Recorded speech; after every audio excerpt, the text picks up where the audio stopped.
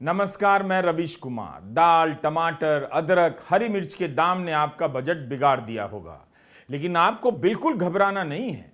Petrol के दाम जब 100 रुपए लीटर हुए थे, तब आपने जो प्रतिज्ञा की थी उसे दोहराना है। याद करते रहना है कि आपने कहा था कि मोदी जी के लिए हम 300 रुपए लीटर पेट्रोल खरीदेंगे। ये प्रतिज्ञा अगर आप याद करते रहेंगे तो आपको 150 या 160 रुपया किलो टमाटर बिल्कुल महंगा नहीं लगेगा, बल्कि 150 रुपया सस्ता लगेगा। उम्मीद है आईटी सेल ने अब तक आपको समझा दिया होगा कि टमाटर के महंगे रेट से आप बहुत कुछ कर सकते हैं। अगर आप ईडी हैं तो घर से टमाटर के पैसे लेकर निकलिए और 10-12 विधायक खरीदते हुए लौट आइए। टमाटर खरीदने की क्या जरूरत है? अगर आप गोदी मीडिया के एंकर हैं तो टमाटर खरीदने के पैसे से विदेश जाने के टिकट खरीद लीजिए और वहां के मॉल में जाकर साबित कर दीजिए कि भारत का टमाटर अमेरिका से सस्ता है और अमेरिका में भारत का नाम हो रहा है। आप लोग टमाटर ज्यादा ना करें, मगर ध्यान रहे, टमाटर खरीदने के पैसे आप किसी भी सूरत में हाउसिंग सोसाइटी के अंकिल के हाथ में नहीं देंगे। ये पक्का आदि पुरुष के 2 टिकट खरीद लाएंगे और टमाटर नहीं लाएंगे। गोदी मीडिया का एक एंकर आपको समझाने आ जाएगा कि टमाटर का महंगा होना भारत के लिए बहुत फायदेमंद है और महाराष्ट्र में अजीत पवार का उप मुख्यमंत्री बनना किरीट सोमैया के लिए बहुत फायदेमंद है। केवल टमाटर ही है जो किरीट सोमैया से आपका फोकस हटा सकता है और पीयूष गोयल के इस बयान पर फोकस ला सकता है जब मंत्री जी ने कहा है कि टमाटर के दाम का जो राष्ट्रीय औसत है वो पिछले साल के बराबर है। आलू और प्याज के दाम नियंत्रण में हैं। राष्ट्रीय औसत निकालेंगे तो टमाटर 46 रुपए किलो मिल रहा है, मगर अपने मोहल्ले के ठेले पर जाएंगे तो टमाटर 130 रुपए किलो मिल रहा है। आगे से जब भी कोई चीज महंगी लगे उसका राष्ट्रीय औसत निकाल लीजिए, सस्ती लगेगी। जब आप आईटी सेल से इतिहास समझ सकते हैं तो मंत्री जी टमाटर के दाम जब समझा रहे हैं तो क्यों नहीं समझ सकते हैं? आप बिल्कुल समझेंगे। आप अपनी जेब से 130 रुपए किलो टमाटर खरीद रहे हैं। किसी जगह इसका रेट 120 रुपए भी है, कहीं 140 रुपए भी और कहीं 150 और 160 रुपए किलो भी है, मगर मंत्री जी राष्ट्रीय औसत के हिसाब से बता रहे हैं, यानी 46 रुपया किलो का भाव है। तो आप ऐसा कीजिए कि बाकी के 90 से 100 रुपए मंत्री जी से ले लीजिए। वैसे ये राष्ट्रीय औसत मई की तुलना में जून के महीने में 95% बढ़ गया है। इकोनॉमिक टाइम्स में शुतनुका घोषाल और शांभवी आनंद की एक रिपोर्ट छपी है। 3 जुलाई को दिल्ली की आजादपुर मंडी में टमाटर 130 रुपए प्रति किलो था। उसके 3 दिन पहले टमाटर के दाम 100 रुपए किलो थे। इकोनॉमिक टाइम्स की रिपोर्ट में यह चेतावनी भी दी गई है कि व्यापारियों के अनुसार रिटेल कीमतें 170 से 180 रुपए प्रति किलो भी पार कर सकती हैं। 200 के पार जाने का अंदेशा भी है। दिल्ली में लाल मिर्च 320 रुपए किलो से लेकर 380 रुपए किलो मिल रही है। हरी मिर्च 120 रुपए किलो से लेकर 140 रुपए किलो है। जीरा 700 से 800 रुपए किलो है। दाल भी महंगी हो गई है और छौंक लगाने के लिए जीरा का भी वही हाल है। धनिया 125 रुपए किलो है और 40 रुपए किलो बिकने वाली घिया 60 रुपए किलो हो गई है। कर्नाटक में भारी बारिश और मणिपुर में हिंसा के कारण अदरक की आपूर्ति प्रभावित हुई है। इस कारण पिछले महीने अदरक 200 रुपए किलो था, इस समय 320 रुपए तक पहुंच गया है। दिल्ली में एक जगह अदरक का रेट 280 रुपए प्रति किलो भी मिला। कोलकाता में अदरक और हरी मिर्च 350 रुपए प्रति किलो पर मिल रहे हैं। सरकार ने 12 लाख टन तूर दाल के आयात का फैसला किया है। पिछले साल के मुकाबले तूर दाल की औसत कीमत में 25% की बढ़ोतरी हुई है। इस समय 128 रुपए प्रति किलो से अधिक है। इसमें बड़ा मसला है घरेलू उत्पादन में कमी। दूध भी थोड़ा महंगा हुआ है और गैस का सिलेंडर थोड़ा सा ही महंगा हुआ है। यही करते करते न जाने कितनी बार अलग अलग समय में अलग अलग आइटम महंगे होते चले गए और आपकी जेब से पैसे निकलते चले गए। सब्जी महंगी होनी ही थी। जब विधायक इतने सस्ते हो जाएंगे तो वे कितने में गए कौन पूछेगा। बहुत से लोग अपना बहुत कुछ बचाने के लिए भी गए हैं। ऐसी अटकलें चल रही हैं।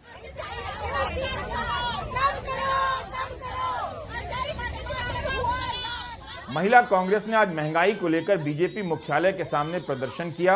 महंगाई के खिलाफ विपक्ष का प्रदर्शन तो होता ही है, मगर उसे दिखाया नहीं जाता। कांग्रेस का कहना है कि बीजेपी दावा करती है कि महंगाई काबू में है, लेकिन खाद्य पदार्थों की कीमतें बेकाबू हो रही हैं।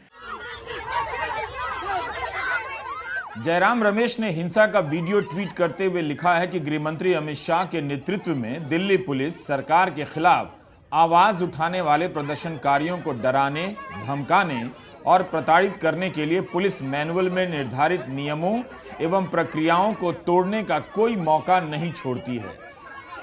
कांग्रेस प्रवक्ता सुप्रिया श्रीनेत ने तो एक गिफ्ट बॉक्स लेकर दिखाया कि तोहफे में इसे देना चाहिए। 400 रुपए किलो नींबू है। सुप्रिया का कहना है कि बारिश के कारण महंगाई नहीं बढ़ी है। कांग्रेस ने प्रधानमंत्री को महंगाई मैन का नाम दिया है।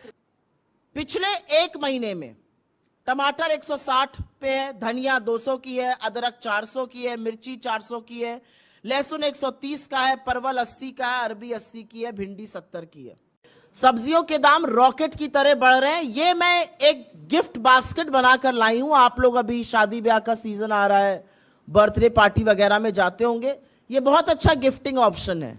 इसमें 1 किलो टमाटर है, 1 किलो अदरक है, 1 किलो हरा मिर्च है, 1 किलो लहसुन है। टोटल लगभग 1070 रुपए का सामान है इस बास्केट में। तो अन्यथा पैसे मत खर्चा करिए, ये सब चीजें दिया करिए। लोग इसकी बड़ी कीमत पहचानते और जानते हैं। आज असलियत यह है कि इस देश में टमाटर 150 रुपए के करीब बिक रहा है। तो जो लहसुन प्याज नहीं खाते, अब आपको हो सकता है समझाएं कि हम टमाटर भी नहीं खाते हैं। अदरक ने तो ट्रिपल सेंचुरी लगा दी है। नींबू, मेरा पैसा खत्म हो गया, मुझे नींबू नहीं मिला था। 400 रुपए पार नींबू है। 400 रुपए की वो हरी मिर्च मिल रही है जो कभी हरी धनिया और मिर्च सब्जी वाला फ्री में डाल देता था सब्जी के थैले में। ये सिर्फ बारिश के कारण सीजनल नहीं है।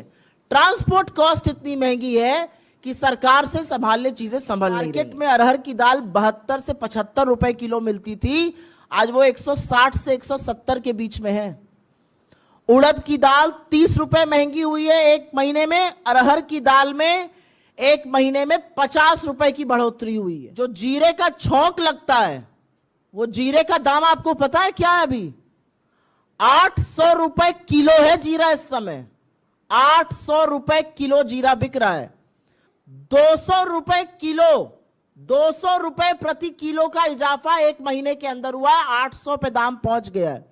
ये जीरा कभी 200-250 रुपए पे बिकता था।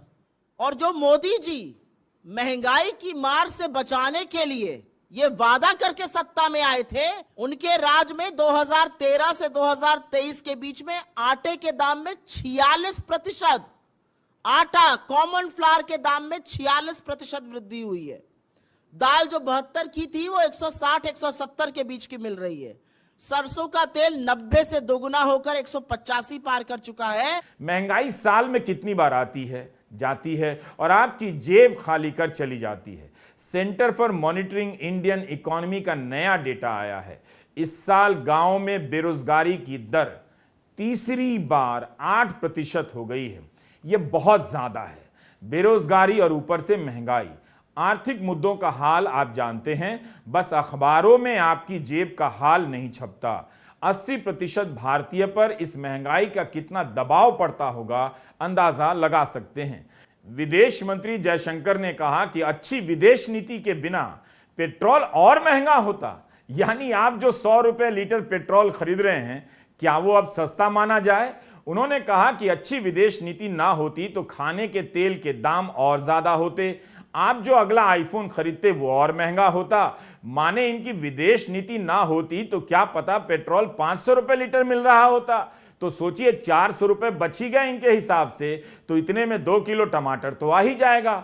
टमाटर कहां महंगा हुआ है? मान लीजिए एक मंत्री राष्ट्रीय औसत के हिसाब से समझा दे रहे हैं, तो एक मंत्री बता रहे हैं कि विदेश नीति अच्छी थी, वरना पेट्रोल के दाम और भी ज्यादा हो सकते थे। अजीब अजीब तरह के तर्क दिए जा रहे हैं। आप कंगाल हो रहे हैं और आपको समझाया जा रहा है कि आप मालामाल हो रहे हैं। महाराष्ट्र के उप मुख्यमंत्री देवेंद्र फडणवीस का बयान है कि बेरोजगारी और महंगाई की बात करना फैशन हो गया है। फैशन यह नहीं है, फैशन तो यह हो गया कि अजित पवार को महाभ्रष्ट बताते रहे और उन्हीं को अपनी सरकार में उप मुख्यमंत्री बना देते हैं। बात सही है, जब बात बात में धर्म की सप्लाई हो रही है तो महंगाई का ध्यान आपको कैसे आ रहा है? आप अपना ध्यान धर्म पर फोकस कीजिए, कम से कम अक्षय कुमार पर फोकस कीजिए। वे एक और फिल्म में हीरो बनकर आ रहे हैं। आदि पुरुष को लेकर कितना बवाल हो गया, मगर अक्षय इस पोस्टर में भगवान शिव के किरदार के रूप में नजर आ रहे हैं। इसका नाम है OMG 2। देवी देवताओं पर फिल्मों की बाढ़ आने वाली लगती है। लगता है कि इसी क्रम में JNU पर भी फिल्म जल्दी बनकर आएगी, क्या पता बन भी रही हो। विवेक ओबराय स्मार्ट निकले। 2019 में ही एक फिल्म आई PM नरेंद्र मोदी, एक ही बार में पर्दे पर PM बनकर निकल चले। अक्षय कुमार को लगता है किसी ने धर लिया है। फ्लॉप होने के बाद भी ऐसी फिल्में पीछा नहीं छोड़ रही हैं। ऐसा लगता है कि स्वच्छता अभियान से लेकर वंदे भारत एक रेल कथा टाइप की फिल्मों में भी अक्षय को ही रोल करना पड़ेगा। मोदी सरकार के 10 साल में उनकी राजनीति को छूने वाली बहुत सारी फिल्में बनी हैं।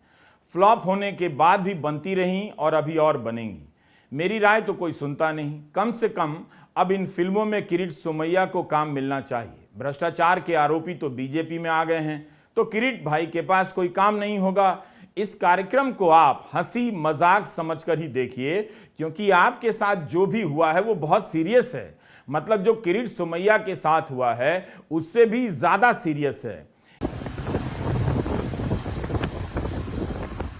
इस बारिश में रोमांटिक सी लगने वाली मुंबई में किरीट भाई की उदासी महसूस हो रही है।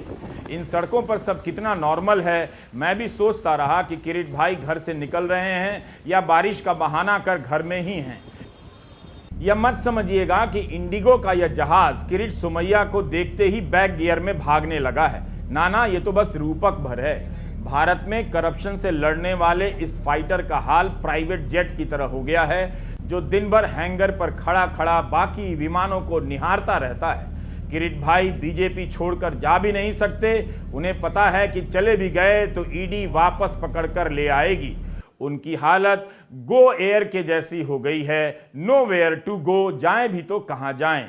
अजीत दादा पवार विस्तारा हो चुके हैं। जब से उप मुख्यमंत्री बने हैं तब से उनका विस्तार दिखने लगा है। नया पार्टी दफ्तर भी खोल लिया है। लेकिन अजीत पवार से निवेदन है कि अब जो हो गया सो हो गया। किरीट भाई को OSD ना रख लें, वरना इस देश की जनता अपना गुस्सा टमाटर पर निकालने लग जाएगी। एनसीपी के भ्रष्टाचार से लड़ने वाले किरीट सोमैया का हाल तो अन्ना से भी बुरा हो गया है। वे अब महंगाई पर भी बोलने के लायक नहीं बचे। पिछले साल मार्च में अजीत पवार पर आरोप लगा कि 1200 करोड़ का घोटाला किया। यह किरीट सोमैया ने आरोप लगाया। उन्होंने इसके लिए एक शब्द बनाया, डर्टी डजन। पिछले साल 24 फरवरी 2022 को किरीट सोमैया का ट्वीट आता है कि अनिल परब, संजय राउत, सुजीत पाटकर, भवानी गवली, आनंद अदसुल, अजीत पवार, हसन मुशर्रफ, प्रताप सरनाइक, रविंद्र वायकर, जितेंद्र अवहाद, अनिल देशमुख, नवाब मलिक, इन घोटालेबाजों को हिसाब देना होगा।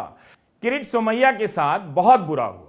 उससे भी बुरा यह हो गया कि कोई भी गोदी चैनल किरीट सोमैया को पैनल में नहीं बुला रहा है, या यह भी हो सकता है कि बुला रहा है मगर किरीट भाई आ नहीं रहे हैं। उससे भी बुरा यह हो गया है कि कुणाल कामरा भी किरीट सोमैया का इंटरव्यू नहीं कर रहे हैं। कितनी गलत बात।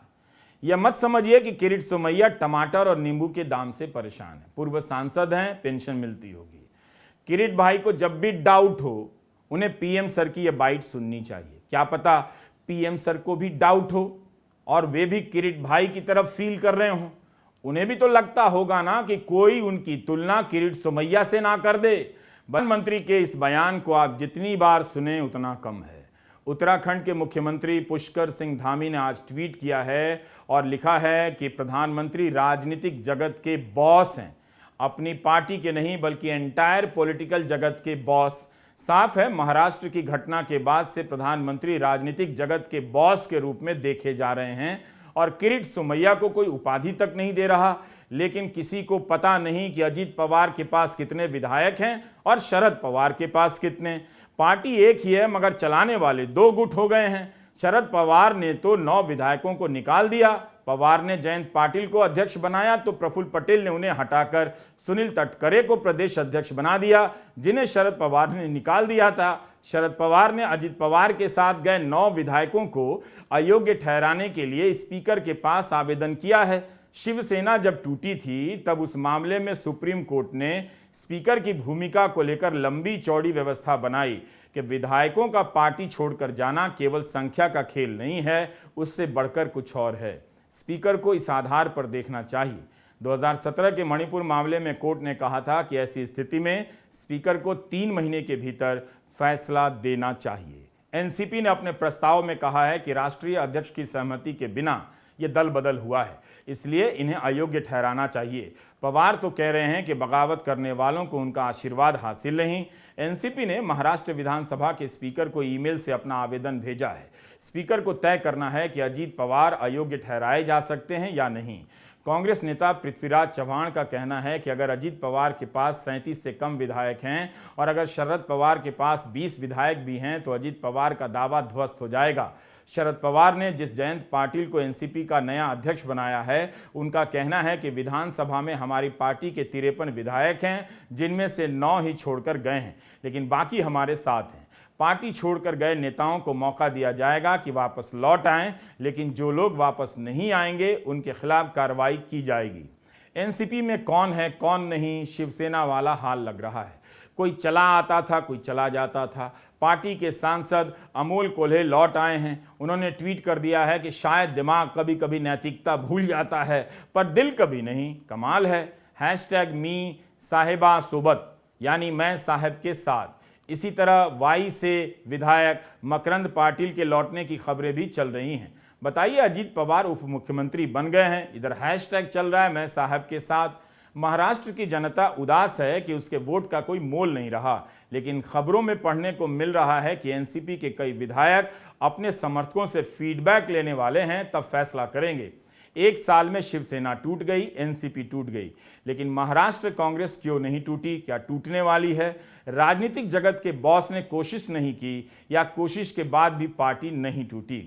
इधर कांग्रेस ने यह फोटो लॉन्च कर दिया है, प्रधानमंत्री के चेहरे वाला डिटर्जेंट। इसका दाम नहीं है और कोई ऐसा हिम्मत वाला भी नहीं है कि प्रधानमंत्री का फोटो लगाकर एक डिटर्जेंट बना ही दे। एक और पोस्टर में कांग्रेस ने दिखाया है कि प्रधानमंत्री भ्रष्ट लोगों को वॉशिंग मशीन में फेंक रहे हैं और ये लोग सफेद बनकर निकल रहे हैं। ऐसा ही कभी ममता बनर्जी ने किया था।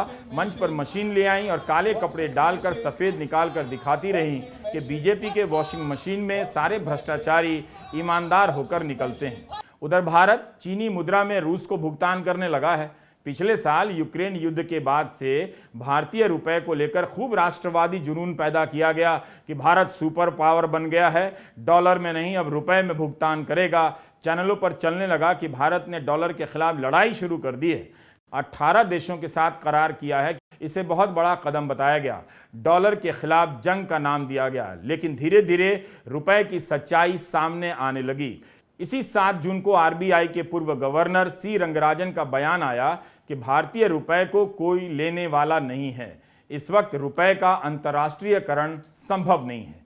अब मीडिया में रिपोर्ट छपी है कि रूस के साथ डॉलर में व्यापार करने में परेशानी हो रही है। आज खबरें छपी हैं कि भारत रूस को चीनी मुद्रा युआन में भुगतान करेगा। अब गोदी मीडिया क्या करेगा? आप क्या करेंगे? जो सरकार डॉलर से छुटकारा पाने निकली थी, उसने चीन की मुद्रा युआन को गले लगा लिया है। तो देखते रहिए, समझते रहिए। रवीश कुमार ऑफिशियल लोगों को दिखाते रहिए और ज्वाइन भी कीजिए। नमस्कार, मैं रवीश कुमार।